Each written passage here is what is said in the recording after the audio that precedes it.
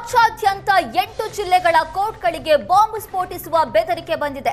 ಧಾರವಾಡ, ಕೊಡಗು, ದಾವಣಗೆರೆ, ಮಂಡ್ಯ, ಹಾಸನ, ಮಡಿಕೇರಿ, ರಾಮನಗರ, ಹಾವೇರಿ, ಉತ್ತರ ಕನ್ನಡ ಕೋರ್ಟ್ಗೆ ಬೆದರಿಕೆ ಹಾಕಲಾಗಿದೆ. 8 ಜಿಲ್ಲೆಗಳ ಕೋರ್ಟ್ಗೆ ಬಾಂಬ್ ಬೆದರಿಕೆ ಕರೆ ಬಂದಿದ್ದು ಕೆಲ ಕಾಲ ಆತಂಕದ ವಾತಾವರಣ ನಿರ್ಮಾಣ ಆಗಿತ್ತು.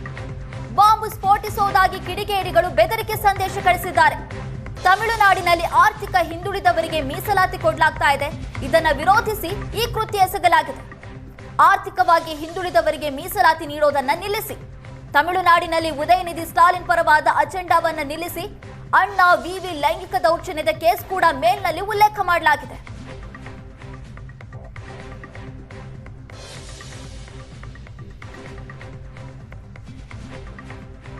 ಈ ಕೋರ್ಟ್ ವ್ಯಾಪ್ತಿಯಲ್ಲಿ ಸಂಪೂರ್ಣ ಒಂದು ಬಿಗಿ ಬಂದೋಬಸ್ತನ್ನು ಮಾಡಲಾಗಿದೆ. ಅದಲ್ಲದೆ ಇಲ್ಲಿ ಬಾಂಬ್ ಸ್ಕ್ವಾಡ್ಗಳು ಬಂದು ಪ್ರತಿಯೊಬ್ಬ ವ್ಯಕ್ತಿಗಳನ್ನು ಕೂಡ ಪರಿಶೀಲನೆ ನಡೆಸ್ತಾ ಇರುವಂಥದ್ದು ನಾನು ನೋಡ್ಕೋಬೋದು. ಈಗ ಇಲ್ಲಿ ಕೋರ್ಟ್ ಪ್ರವೇಶ ದ್ವಾರದಲ್ಲೇ ಅಲ್ಲಿ ಹೋಗುವಂತಹ ಹಾಗೂ ಬರುವಂತಹ ವ್ಯಕ್ತಿಗಳಿಗೆ ಮೆಟಲ್ ಡಿಟೆಕ್ಟರ್ ಇಲ್ಲಿ ಅಳವಡಿಸಲಾಗಿರುವಂಥದ್ದು.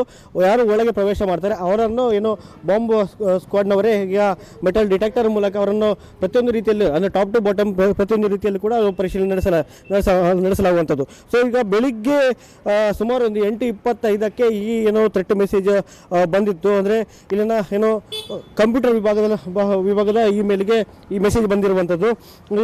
ಸುನಿಯಾ ದಸಲ್ outlook.com ಎಂಬ ಐಡಿಯಿಂದ ಬಂದಿರುವಂಥದ್ದು. ಈ ಇಮೇಲ್ ಏನಿದೆ ಈ ಹಿಂದೆ ಕೂಡ ಯಾವಾಗ ಬಡ್ಕಳ ಹಾಗೂ ಕಾರವಾರಕ್ಕೆ ಕೂಡ ಈ ಹಿಂದೆ ತಹಸೀಲ್ದಾರ್ ಕಚೇರಿಗೆ ಕೂಡ ಬಂದಿತ್ತು ಸುಮಾರು ಕೆಲವು ತಿಂಗಳ ಹಿಂದೆ.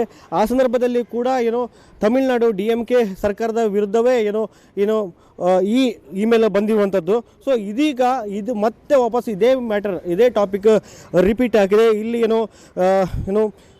DMK ಉದಯನಿಧಿ ಅವರ ಅಜೆಂಡಾ ಮತ್ತು ಇಲ್ಲಿ ಅವರು ನೇಮಕ ಮಾಡಿದಂತಹ ಪತ್ರಕರ್ತರು ಕೆಲವೊಂದು ಪತ್ರಕರ್ತರ ಅವರ ಸ್ಯಾಟಿಸ್ಫ್ಯಾಕ್ಷನ್ಗೆ ಕೆಲವು ಮಕ್ಕಳನ್ನು ಯೂಸ್ ಮಾಡಿದ್ದಾರೆ, ಬಾಲಕಿಯರನ್ನು ಯೂಸ್ ಮಾಡಿ ಹೇಳ್ಕೊಂಡು ಇಲ್ಲಿ ಬಿಂಬಿಸಲಾಗ್ತದೆ. ಕೆಲವೊಂದು ರೈಟಿಂಗ್ಸ್ಗಳನ್ನು ಹಾಕಲಾಗಿರುವಂಥದ್ದು. ಸೊ ಈ ಹಿನ್ನೆಲೆಯಲ್ಲಿ ಇದನ್ನು ಪ್ರಚಾರಪಡಿಸಲಿಕ್ಕೆ ಅಲ್ಲಲ್ಲಿ ರಾಜ್ಯದ ಹಲವು ಕಡೆ ನ್ಯಾಯಾಲಯಗಳಿಗೆ ಇಂತಹ ಒಂದು ಬಾಂಬ್ ಥ್ರೆಟ್ ಮಾಡುವಂತಹ ಇಮೇಲ್ ಕೂಡ ಹಾಕಲಾಗಿರುವಂಥದ್ದು. ಇಲ್ಲಿ 2 RDX IED ಇನ್ನು ಕೋರ್ಟ್ ಜಡ್ಜ್ ಚೇಂಬರ್ನಲ್ಲಿ ಪ್ಲಾಂಟ್ ಮಾಡಲಾಗಿದೆ. ಶೀಘ್ರದಲ್ಲಿ ಬ್ಲಾಸ್ಟ್ ಆಗಲಿದೆ ಹೇಳ್ಕೊಂಡು ಮೆಸೇಜ್ ಹಾಕಲಾಗಿರುವಂಥದ್ದು. ಸೊ ಆದಷ್ಟು ಬೇಗ ಮಧ್ಯದ ಒಳಗೆ ಜನರನ್ನು ಸ್ಥಳಾಂತರ ಮಾಡಿ ಹೇಳ್ಕೊಂಡು ಅಲ್ಲಿ ಒಂದು ಮೆಸೇಜ್ ಕೂಡ ಇತ್ತು.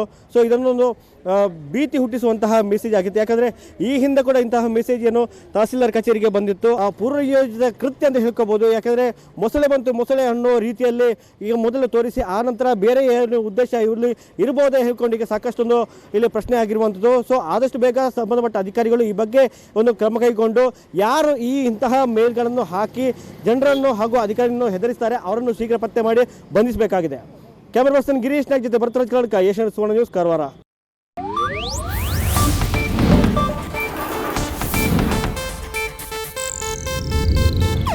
ಇದು ಏಷ್ಯಾನೆಟ್ ನ್ಯೂಸ್ ನೆಟ್ವರ್ಕ್ ಪ್ರಸ್ತುತಿ.